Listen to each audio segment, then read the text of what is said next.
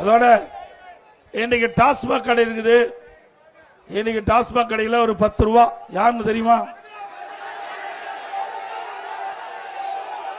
பக்காவா சொல்றீங்க. இன்னைக்கு தமிழ்நாட்டில் 6000 டாஸ்மாக் கடை இருக்குது. அதில் ஒவ்வொரு கடையில் ஒரு நாளைக்கு 1.5 கோடி பாட்டில், மொத்தமாக 6000 கடையில் 1.5 கோடி பாட்டில் வைக்கிறாங்க. ஒரு பாட்டிலுக்கு 10 ரூபா. திராவிட முன்னேற்றங்களை ஆட்சி இருக்கும் போது அதிகமாக கட்டணம் வசூல் பண்ணாங்க. அப்படி 10 ரூபா கூடுதலாக வசூல் பண்ணதுனால ஒரு நாளைக்கு 15 கோடி அந்த 10 ரூபா டாஸ்மாக் கடையில் பாட்டிலுக்கு அதிகமாக வச்சு கொள்ளையடிச்சாங்க. மாசத்துக்கு 450 கோடி, வருஷத்துக்கு 5400 கோடி, 5 வருஷத்துல 24,000 கோடி இந்த 10 ரூபா பாட்டிலுக்கு அதிகமாக வச்ச கொள்ளையடிச்சிருக்காங்க. இப்படிப்பட்ட அரசாங்கம் தேவையா? இன்றைக்கு மத்தியில் இருக்கின்ற அமலாக்கத்துறை இதை கண்டுபிடிச்சு நடவடிக்கை எடுக்க போகும்போது நீதிமன்றத்துக்கு போய் தடையாணை விதிச்சிருக்காங்க.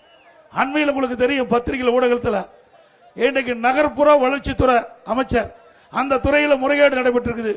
அதே போல குடிநீர் வழங்கல் துறையில் பணி ஆணை வழங்குறதுல பல லட்சம் வாங்கினதாக முறைகேடு நடைபெற்றதாக அது கண்டுபிடிக்கப்பட்டு இன்றைக்கு தக்க ஆதாரத்தோடு இதுக்கு வழக்கு பதிவு செய்ய வேண்டும் என்று சட்ட ஒழுங்கு டிஜிபிக்கு அறிக்கை தாக்கல் பண்ணியிருக்காங்க அமலாக்கத்துறை. இதுவரைக்கும் நடவடிக்கை எடுக்கல. அதிமுக இதன் மீது நடவடிக்கை எடுக்க வேண்டும் என்று நீதிமன்றத்துக்கு போய் நீதிமன்றம் அமலாக்கத்துறை அனுப்பப்பட்ட அறிக்கையில் இருக்கின்ற ஆதாரங்கள் உண்மை, வழக்கு பதிவு செய்யும் சொல்லி கூட இன்னும் வழக்கு பதிவு செய்யல. மீண்டும் அதிமுக ஆட்சி உங்கள் துணையோடு மலரும். சட்ட நீதியாக யார் தவறு செய்யலாம் அவர் மீது நடவடிக்கை எடுக்கப்படும்.